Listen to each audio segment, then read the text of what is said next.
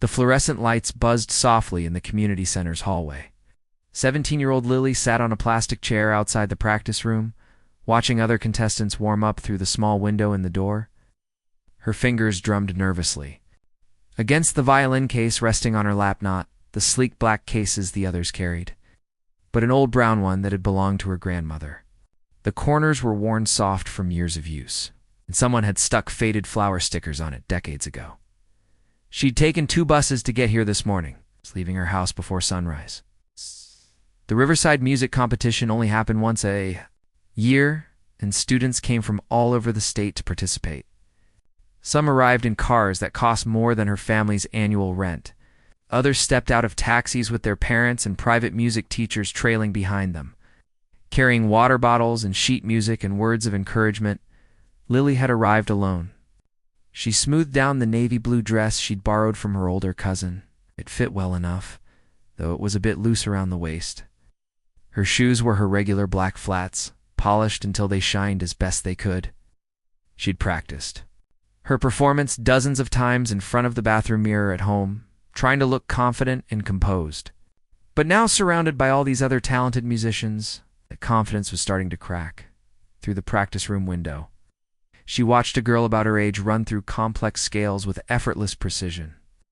The girl's violin gleamed under the lights, probably worth thousands of dollars. Her concert dress looked like it had been tailored specifically for her, deep burgundy with delicate beading on the shoulders. Everything about her screamed professional, polished, expensive. Lily looked down at her own violin case and felt a familiar tightness in her chest. She'd felt this way before at school, where most kids could afford the latest phones and clothes. While she wore hand-me-downs and worked weekend shifts at the corner grocery store, she'd learned to be invisible there, to not draw attention to herself or the things she couldn't afford. But music was different. Music was hers. "Did you see the girl who just checked in?" A voice drifted from around the corner. Lily couldn't see who was speaking, but she could hear them clearly. "The one with the old violin case? I wonder if she knows what kind of competition this is." Someone laughs, not mean exactly, but dismissive. "Maybe she's here for the experience. You know, just to say she competed." Lily's face grew hot. She wanted to stand up and walk away, but her legs felt frozen. Instead, she stared at a spot on the floor and pretended she hadn't heard anything. The truth was, Lily had been playing violin since she was 4 years old. Her grandmother had taught her, sitting beside her in their small living room for hours every week. Nana had been a professional violinist back in Taiwan, performing in concert halls that Lily had only seen in photographs. When she moved to America, she'd brought her violin and her love of music. Passing both down to her granddaughter, Nana had died 2 years ago. But her lessons stayed with Lily. She'd taught her that music wasn't just about reading notes on a page. It was about listening, really listening to the world around you. The rhythm of footsteps on pavement, the melody in people's voices when they talked, the harmony of rain hitting different surfaces. Lily heard music everywhere. In the hum of the refrigerator at night, in the pattern of traffic outside her window, in the way her little brother laughed. She filled the margins of her school notebooks with musical notation, turning ordinary moments into compositions that only she could hear. But nobody here knew that. They saw her cheap dress and worn violin case and made assumptions. Maybe they were right too. This wasn't some small neighborhood recital. This was a real competition with serious judges and prizes that could change someone's life. The winner would get a full scholarship to the state's best music conservatory, plus opportunities to perform with professional orchestras. Lily wanted that scholarship more than anything, not because she craved fame or recognition, but because she wanted to keep learning, keep growing as a musician. She wanted to honor her grandmother's memory by becoming the best violinist she could be. But she knew she didn't look the part. A door opened down the hall, and a woman with a clipboard emerged. She wore a professional blazer and reading glasses perched on her nose. "Contestants will begin in 15 minutes. Please make your way to the backstage area." The practice room emptied quickly. Lily watched the burgundy dress girl glide past, talking quietly with an older woman who must have been her teacher. They discussed breathing techniques and bow pressure like they were preparing for battle. Lily stood slowly, gripping her violin case. She had no teacher to give her last-minute advice, no parent to squeeze her shoulder and tell her she'd do great. Just her grandmother's violin and years of practice in their tiny apartment. She made her way down the hall toward the auditorium, her footsteps echoing on the linoleum floor. Through the double doors, she could see the stage bigger than any she'd performed on before. The judges' tables sat front and center with 3 stern-looking people already reviewing their programs. The audience seats were starting to fill with family members, friends, and local music enthusiasts. Backstage was chaos. Contestants tuned their instruments, ran through finger exercises, and gave each other competitive once-overs. Lily found a quiet corner and carefully opened her case. Her grandmother's violin lay inside, the wood warm and familiar. It wasn't fancy. There were tiny scratches on the body, and the varnish had dulled with age, but it had a beautiful, resonant tone that no amount of money could buy. She lifted it out and began tuning, doing it by ear the way Nana had taught her. No electronic tuner needed. It's just her understanding of how each string should sound in relation to the others. Nearby, 2 girls were whispering and giggling. One of them glanced at Lily and her violin, then said something to her friend that made them both laugh. Lily's hands tightened on the violin's neck. She could feel her confidence draining away, replaced by doubt. What was she doing here? These people had trained at prestigious schools with famous teachers. They'd performed at recitals and competitions. Since they were children, building resumes full of accomplishments. Lily had learned in a cramped living room from her elderly grandmother, practicing while her parents worked long hours and her brother did homework at the kitchen table. But then she remembered something Nana used to say. Usually while adjusting Lily's bow hold or demonstrating a difficult passage, music isn't about showing off, little one. It's about sharing what's in your heart. When you play with truth, people will listen. They'll feel it. Lily closed her eyes and took a deep breath. She might not look like she belonged here. She might not have the expensive instrument or the fancy training, but she had something real to share. She had music that came from somewhere deep and honest. Music that her grandmother had helped her find. She just had to be brave enough to let it out. The stage manager appeared, calling names in alphabetical order. Lily's turn was coming soon. She could hear her heartbeat pounding in her ears, feel the nervous energy coursing through her body. Around her, other contestants were making final adjustments, taking deep breaths, preparing themselves for their moment in the spotlight. Lily held her grandmother's violin a little closer and waited for her name to be called. The stage manager's voice cut through the nervous chatter backstage. "Lily Park, you're on deck. Please be ready." Lily's stomach dropped.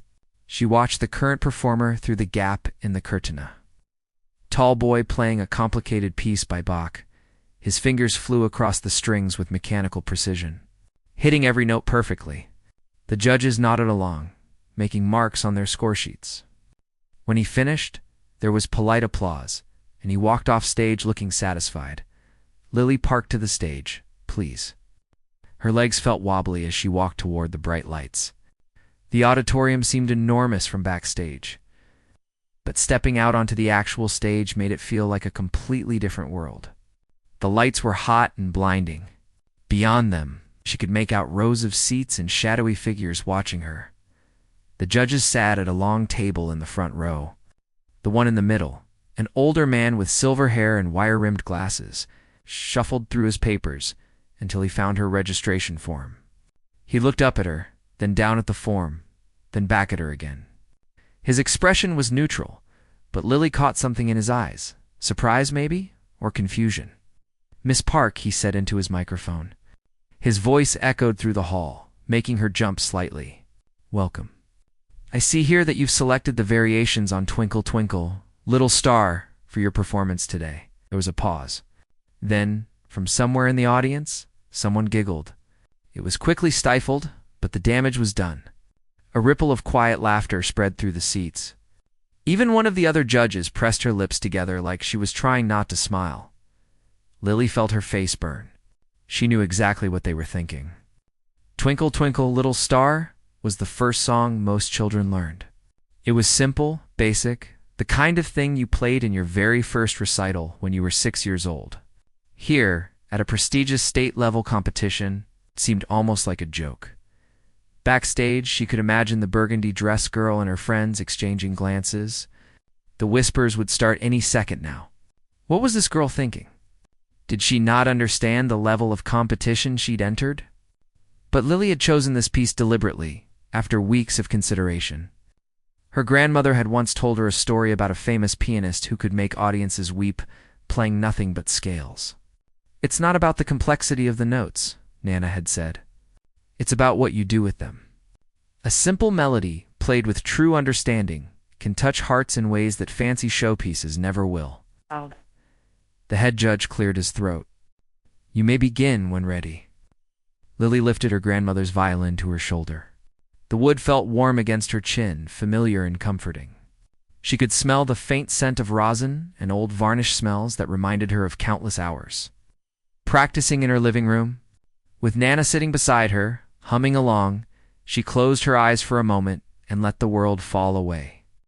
The judges, the audience, the other contestants, none of it mattered right now. There was only the music. She placed her bow on the strings and began. The first notes were pure and clear, the familiar melody that everyone knew, "Twinkle, Twinkle, Little Star." She played it simply at first, exactly as a child might learn it.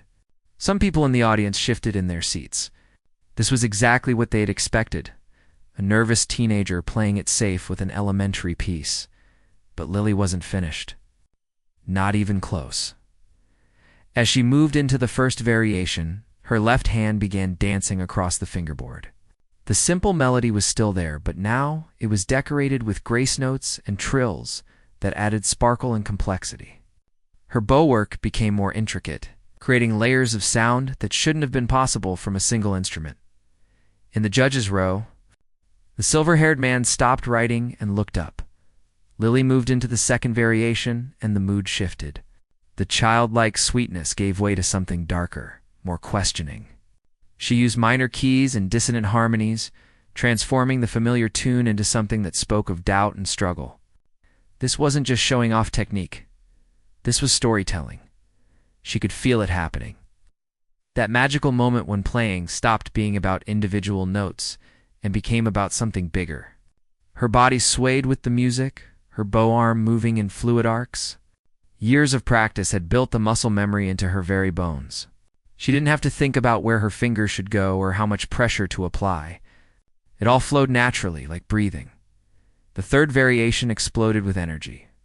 Her bow flew across the strings in rapid spiccato, creating a bouncing, energetic sound that made the melody dance.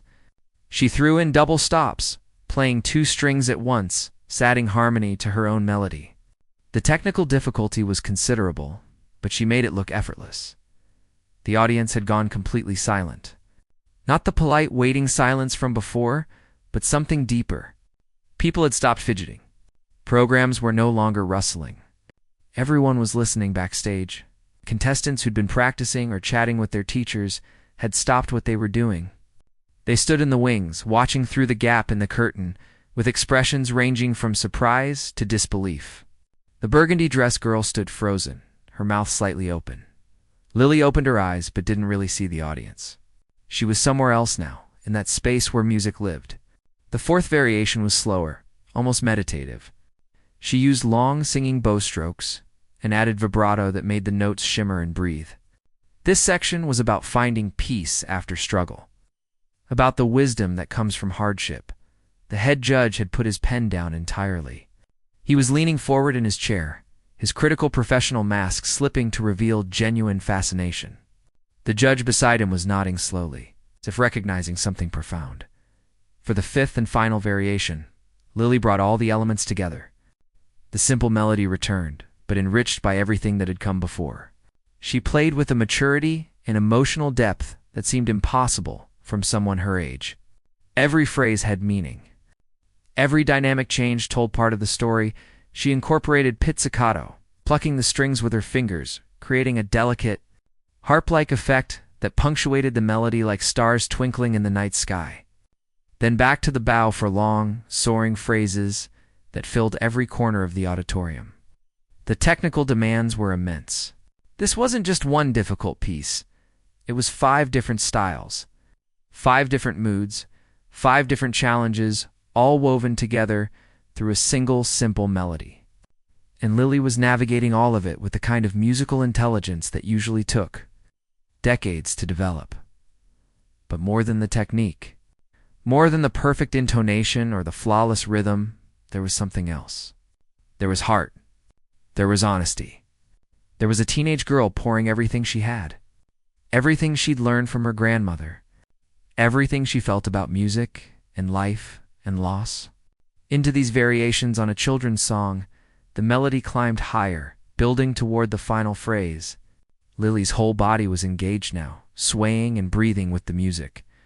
Her face showed the emotion of every note: joy, sorrow, hope, determination. She drew out the final note, letting it sustain and ring through the hall. The sound was pure and perfect, gradually fading like a star disappearing at dawn. She held her bow on the string until the very last vibration died away, then slowly lowered her violin. For a moment, the world seemed to hold its breath. Lily stood on the stage, her chest rising and falling from the exertion. Her grandmother's violin still cradled in her hands. She blinked, as if waking from a dream, and suddenly became aware again of where she was.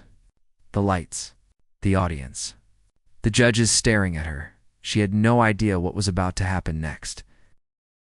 The silence lasted for 3 full seconds. To Lily, standing alone on that bright stage, it felt like an eternity. Her heart pounded so hard she could hear it in her ears. Had she made a mistake?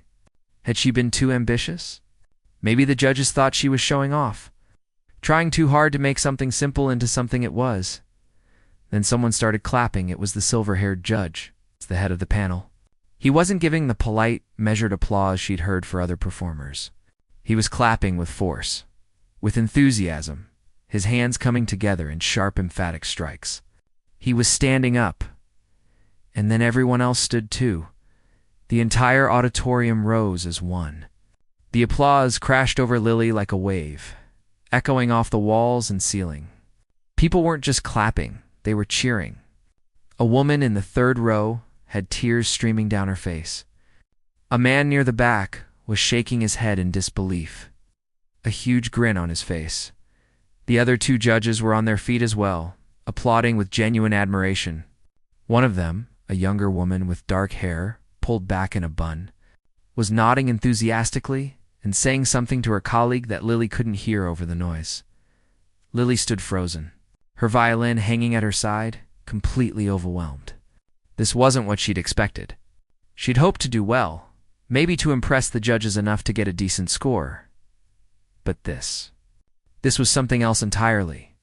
Her eyes started to sting with tears, but she blinked them back. She managed a small bow, the way her grandmother had taught her, graceful but humble, acknowledging the audience without showboating. The applause somehow grew even louder. As she walked off stage, her legs felt shaky, like they might give out at any moment. The bright lights faded behind her, replaced by the dimness of the backstage area. She expected to find it empty, with everyone focused on the next performance. Instead, she walked into a crowd. Contestants who'd been warming up or scrolling through their phones were now standing in clusters, all staring at her. Some were clapping. Others just looked stunned. A boy who'd performed earlier, the one who'd played the batch piece, gave her a respectful nod, and then there was the girl in the burgundy dress. She was standing right in Lily's path. Impossible to avoid. Lily's stomach tightened. This was the girl who'd been in the practice room earlier, the one who looked so polished and professional. Up close, Lily could see that her violin case bore the logo of a prestigious music academy. For a moment, neither of them moved. Lily braced herself for a cutting remark or a dismissive glance. But instead, the girl did something unexpected. She extended her hand. "That was incredible," the girl said quietly. Her voice was sincere, without a trace of the superiority Lily had sensed earlier. "I've been playing for 12 years, and I've never heard anyone perform like that. Never." Lily took her hand. Too surprised to speak? "I'm sorry," the girl continued. And now there was genuine regret in her eyes. "Earlier, when you came in, I made assumptions. That was wrong. You're incredibly talented." "Thank you," Lily managed to say. Her voice came out smaller than she'd intended. The girl smiled a real smile, not the polished performance smile from before. "Where do you study? Which academy?" "I don't," Lily said. "I learned from my grandmother. In our living room." The girl's eyes widened. "You're self-taught. That's not possible. The technique, the musicality, you have to have trained somewhere." Lily shook her head. "Just home. My grandmother was a professional violinist back in Taiwan. She taught me everything." The girl asked gently, picking up on the past tense. "She passed away 2 years ago. I'm so sorry." The girl squeezed Lily's hand before letting go. "She must have been an amazing teacher. What you just did out there, that wasn't just skill. That was art." Other contestants started approaching, asking questions, offering congratulations. Where had Lily been hiding? How long had she been playing? What other competitions had she won? The attention was overwhelming, but it wasn't mean-spirited or mocking like she'd feared. These were fellow musicians who recognized something special when they heard it. A stagehand pushed through the small crowd. "Lily Park, the judges would like to speak with you. Please follow me." Lily's heart jumped. What did the judges want? Had she broken some rule she didn't know about? She carefully placed her violin back in its case and followed the stagehand. Down a narrow hallway, they led her to a small room off the main auditorium. Inside, the 3 judges were waiting. The silver-haired man stood by the window while the other 2 sat at a small table. All 3 looked up when she entered. "Miss Park," the man said warmly. "Please, sit down. I'm Dr. Richardson. These are my colleagues, Professor Chen and Miss Okafor." Lily sat in the chair they indicated, clutching her violin case on her lap like a shield. Dr. Richardson smiled at her. "First, let me say that in my 30 years of judging music competitions, I have rarely been so moved by a performance. What you did out there was extraordinary." "Thank you," Lily whispered. Professor Chen leaned forward. "Your technical skills are remarkable, but what really stood out was your musical maturity, the way you shaped each variation. The emotional narrative you created that usually comes from years of professional training and performance experience. Can you tell us about your background?" Lily told them about her grandmother, about the living room lessons, about learning to hear music in everyday sounds. She told them about practicing while her parents worked double shifts, about playing softly so she wouldn't wake her little brother during his naps. She didn't mention the whispers she'd heard earlier, or how she'd almost talked herself out of competing. The judges listened intently, occasionally exchanging glances that Lily couldn't quite read. "The piece you chose," Miss Okafor said. "It was unusual for a competition of this caliber. Most students select something that's technically impressive, something that shows off their abilities. Why did you choose variations on a children's song?" Lily thought carefully before answering. "My grandmother used to say that anyone can make something complicated sound complicated. The real challenge is making something simple sound profound. She said that if you can take a melody that everyone knows and make them hear it differently, make them feel something new, that's when you know you're really making music." Dr. Richardson nodded slowly. "Your grandmother was a wise woman, and you've clearly taken her lessons to heart." He exchanged looks with the other judges, and some kind of silent communication passed between them. Then he turned back to Lily. "Park, we're not supposed to discuss results until all contestants have performed. But I think my colleagues will agree that we're witnessing something special here. Have you thought about your future? About continuing your musical education?" "I'd like to," Lily said honestly. "But I don't know if we can afford a conservatory or a private teacher. I work weekends at a grocery store to help my family." Professor Chen pulled out a business card and slid it across the table. "I teach at the State Conservatory. We have scholarship programs for exceptional students. I would very much like to discuss your future with us." Lily stared at the card, afraid to touch it, afraid this might all be a dream. "We'll talk more after the competition concludes," Dr. Richardson said gently. "But I wanted you to know that what you did today, that doesn't happen very often. You have a gift, Miss Park, a real gift." Lily walked back to the backstage area in a daze, Professor Chen's business card tucked carefully in her pocket. The other performances continued, but she barely registered them. Her mind was spinning with possibilities she'd never allowed herself to consider before. Maybe, just maybe, everything was about to change. The competition continued for another 2 hours. Lily sat in the back of the auditorium watching the remaining performers take their turns on stage. Each one was talented in their own way, a girl who played a fiery Spanish piece with passionate intensity, a boy whose interpretation of Mozart was crisp and elegant, another contestant whose modern composition showcased impressive technical range. But something had shifted in the room. Lily could feel it. Between performances, people kept glancing her way. A few came over to introduce themselves, to ask questions about her technique, or compliment her performance. One man, who turned out to be a music teacher from a local high school, gave her his card and asked if she'd ever considered teaching. "You have a gift for communication through music," he said. "That's rare.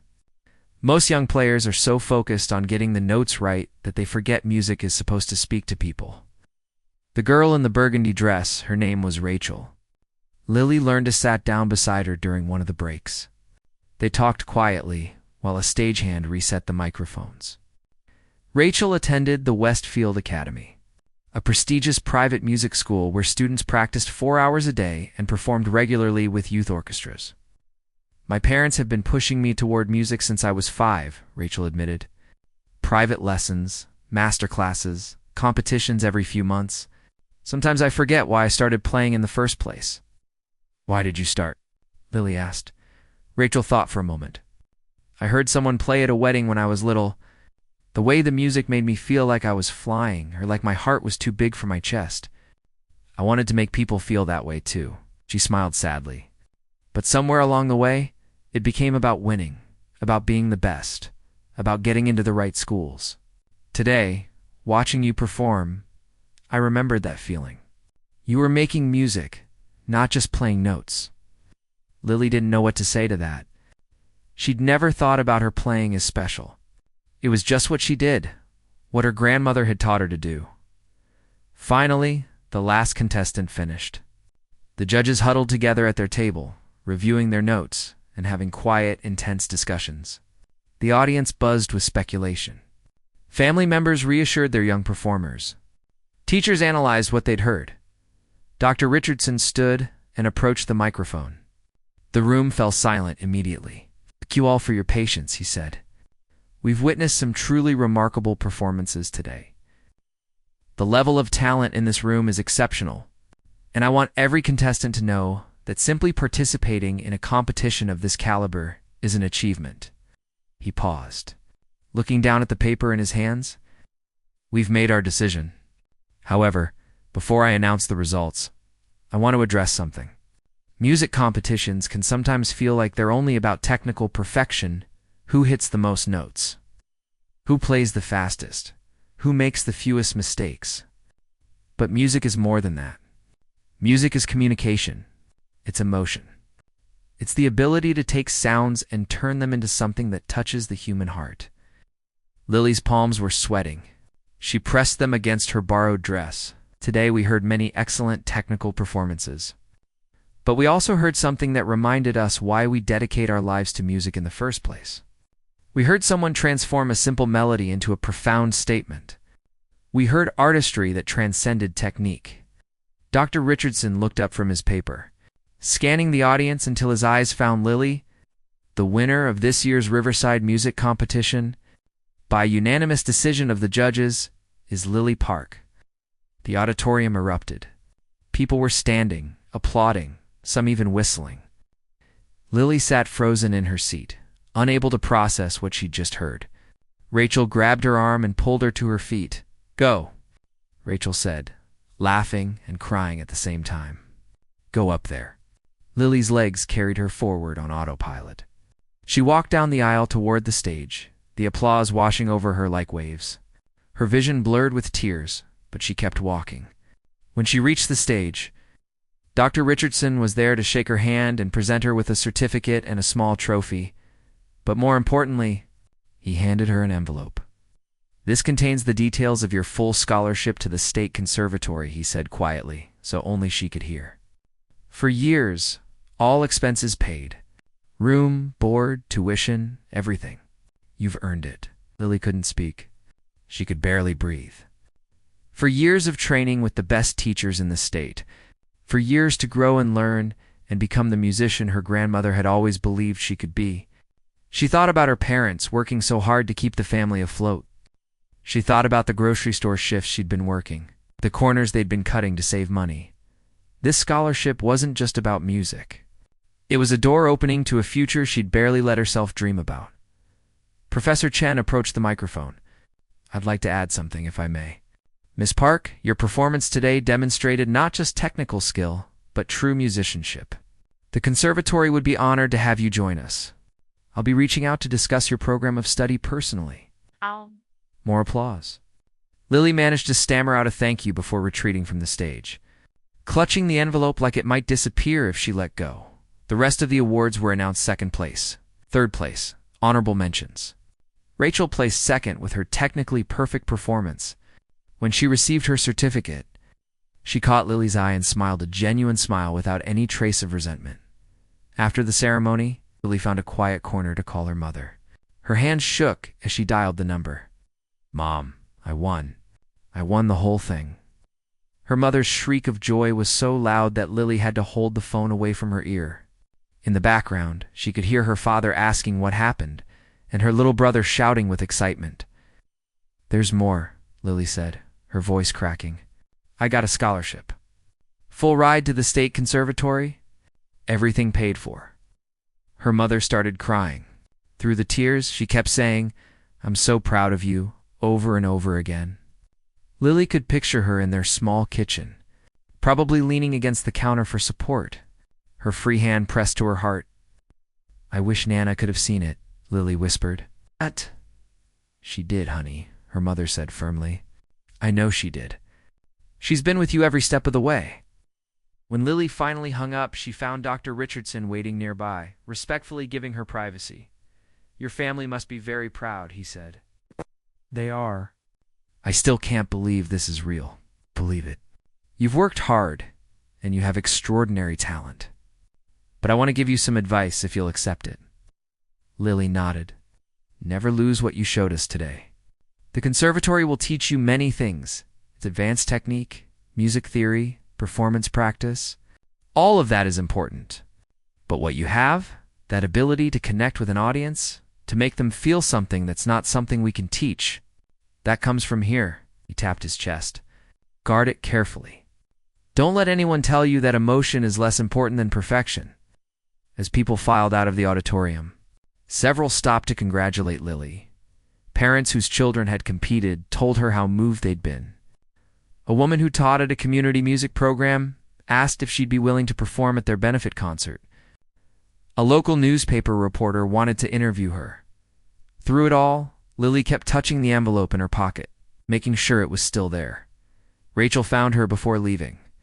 Hey, I just wanted to sign, no hard feelings. You deserve to win. And I hope we'll be friends at the conservatory. I got early acceptance there for next year, too. I'd like that, Lily said. And she meant it. As the auditorium slowly emptied, Lily sat alone for a moment with her grandmother's violin. She ran her fingers over the worn case, over those faded flower stickers. We did it, Nana, she whispered. We really did it. Somehow, sitting in that quiet space, she could almost feel her grandmother's hand on her shoulder, proud and warm. 3 months later, Lily stood in front of her bathroom mirror, adjusting the collar of her new shirt. Today was her first day at the State Conservatory. Her small bedroom was already half-packed. Boxes stacked in the corner waiting to be loaded into her father's borrowed truck. On her desk sat the trophy from the competition, catching the morning sunlight. Her little brother knocked on the door. Mom says breakfast is ready. And she's crying again. Lily smiled. Her mother had been emotional all week, swinging between pride and sadness about her daughter leaving home. Last night at dinner, she'd cried into her rice while telling Lily how grown-up she looked. Downstairs, the kitchen smelled like her mother's special breakfast eggs, toast, and the Korean side dishes her grandmother used to make. Her father sat at the table reading something on his phone, but he looked up when she entered. There's our star, he said, his eyes crinkling with pride. Dad, please," Lily said. But she was smiling. Her mother came over and fussed with Lily's hair, tucking a strand behind her ear. "Are you sure you have everything? Your sheets? Your winter coat? What about Mom? I have everything. And I'm only 2 hours away. I'll come home for visits." I know. Her mother wiped her eyes with her apron. "It's just hard to believe. My baby, going to the state conservatory." The weeks after the competition had been surreal. The local newspaper had run a story about Lily's win, complete with a photo of her holding her trophy. The headline read, "Local teen's hidden talent shines at state competition." Her high school had announced it during morning assembly. And suddenly people, who'd never spoken to her before, wanted to be her friend. But the most meaningful moment had come from an unexpected place. Someone in the audience had recorded her performance on their phone and posted it online. Within days, it had been viewed thousands of times, then tens of thousands, then hundreds of thousands. People from all over the world left comments. Professional musicians praised her interpretation. Music teachers shared it with their students as an example of emotional performance. One comment that made Lily cry came from an elderly woman who wrote, "I'm 87 years old. This reminded me why I fell in love with music as a child. Thank you for this gift." Famous violinists had even shared the video, writing, "This is what music education should produce, not robots who hit every note perfectly, but artists who understand that music is a language of the heart." The attention had been overwhelming at first. Lily wasn't used to being noticed, let alone celebrated. But her parents helped her stay grounded. Her father reminded her that success was just the beginning. Now came the real work. Her mother made sure she kept up with her chores and homework. Scholarship or no scholarship, Professor Chen had been true to her word. She'd called Lily several times over the summer to discuss her program of study. They'd planned out her first-year advanced technique classes, music theory, ensemble performance, and private lessons with Professor Chen herself. "You have raw talent," Professor Chen had told her during one of their calls. "But talent alone isn't enough. We're going to work hard, Lily. There will be days when you'll want to quit, when you'll wonder if you're good enough. But I see something special in you, and I'm going to help you develop it." Lily had also kept in touch with Rachel. They'd met for coffee a few times over the summer, and the girl who'd once seemed so intimidating had become a genuine friend. Rachel had shared her own struggles with the pressure of competition, with the fear of never being good enough. "Watching you that day changed something for me," Rachel had confessed. "I realized I'd been playing to impress judges instead of playing for the love of it. I've been trying to reconnect with why I started in the first place." Sitting at her family's kitchen table for what might be the last time for a while, Lily felt a mix of emotions. Excitement for what was ahead, nervousness about whether she'd measure up to the other students, sadness about leaving her family, and underneath it all, a deep sense of gratitude. After breakfast, her father helped her load the last boxes into the truck. Her mother packed enough food to feed her for a month, insisting that dorm food wouldn't be nutritious enough. Her brother tried to act cool and unbothered, but he hugged her tight when it was time to say goodbye. "You're going to be amazing," he whispered. Just like Nana always said. The drive to the conservatory took them through the city and into a neighborhood Lily had only visited once before. During her campus tour, the buildings were old and beautiful, with practice rooms where she could see students already at work. Even on a Saturday morning, her father helped her move into her dorm room, a small but comfortable space she'd be sharing with another incoming student. As he set down the last box, he pulled her into a hug. "Your grandmother would be so proud," he said quietly. "I wish she could see this." "Me too," Lily whispered. After her parents left, Lily sat on her new bed and looked around the empty room. On the desk, she'd already set up her grandmother's violin case. She opened it carefully and lifted out the instrument that had changed her life. The wood was still warm, still familiar. She plucked each string gently, listening to the tone. Slightly out of tune from the journey, she adjusted each one by ear, the way Nana had taught her. There was a knock on the door. A girl with short black hair and bright eyes peeked in. "Hi. I'm your roommate, June. I saw your violin. Are you a string player?" "Yeah," Lily said. "Violin, you." "Cello. We should play together sometime." "Do you know any good duets?" As June unpacked her things, chattering excitedly about the classes she'd signed up for and the concerts she'd attended over the summer, Lily felt herself relaxing. This was going to be okay. Different. Challenging. Sometimes scary, but okay. The next few days were a whirlwind of orientation activities, placement auditions, and meeting teachers. Lily's placement audition went well, earning her a spot in the advanced ensemble. Several faculty members recognized her from the viral video of her competition performance. "Don't let that define you," one professor told her kindly. "That was a beautiful moment, but you're here to grow beyond that. Every day is a chance to discover something new about music and yourself." Classes started on Monday. Lily's private lesson with Professor Chen was scheduled for Tuesday afternoon. When she arrived at the professor's studio, her heart was racing. Professor Chen's studio was filled with natural light. With photos of famous musicians on the walls and shelves lined with sheet music, the professor herself looked up from her desk and smiled warmly. "Lily, welcome. How are you settling in?" "Good, I think. A little overwhelmed." "That's normal. Everyone feels that way at first." Professor Chen gestured to a chair. "Before we begin, I want to set some expectations. You came here with exceptional talent, but this isn't about preserving what you already have.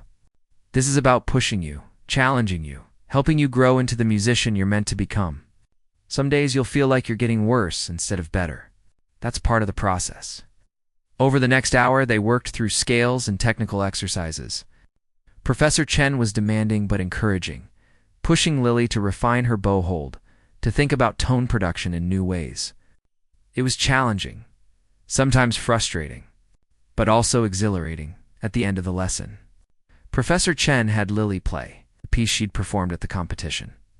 Lily picked up her grandmother's violin and began. The familiar notes felt different now, played in this new space for this new teacher. When she finished, Professor Chen was quiet for a moment. "Beautiful," she said finally, "but I heard something interesting. You played it almost exactly the same way you did at the competition. Do you know why that concerns me?" Lily shook her head. "Because music should be alive? It should grow and change with you. 3 months have passed. You've had new experiences, learned new things. Your interpretation should reflect that growth." Professor Chen leaned forward. "I never want you to lose the heart that made that performance special. But I also want you to keep discovering, keep questioning, keep finding new depths. Promise me you won't get stuck repeating the same performance over and over." "I promise," Lily said, as Lily walked back to her dorm that evening. Violin case in hand, she thought about Professor Chen's words. She thought about her grandmother, about the competition, about all the moments that had led her here. She pulled out her phone and found the video of her performance. Almost 2 million views now, thousands of comments.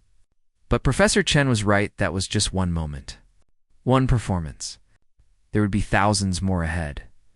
She thought about Rachel, about the burgundy-dressed girl who'd learned to play for love instead of competition. She thought about all the students she'd met this week, each with their own story, their own journey. That night, in her dorm room, while June studied music theory, Lily practiced the variations on Twinkle, Twinkle, Little Star one more time. But this time, she experimented. She tried different tempos, different dynamics, different emotional approaches. Each variation became a playground for exploration rather than a performance to perfect. June looked up from her textbook. "That's gorgeous. What piece is that?" "Just a children's song," Lily said, smiling. "But I'm still learning what it can be." Years later, when Lily had become an established performer and teacher herself, she would tell her students about the day she won that competition. She'd tell them,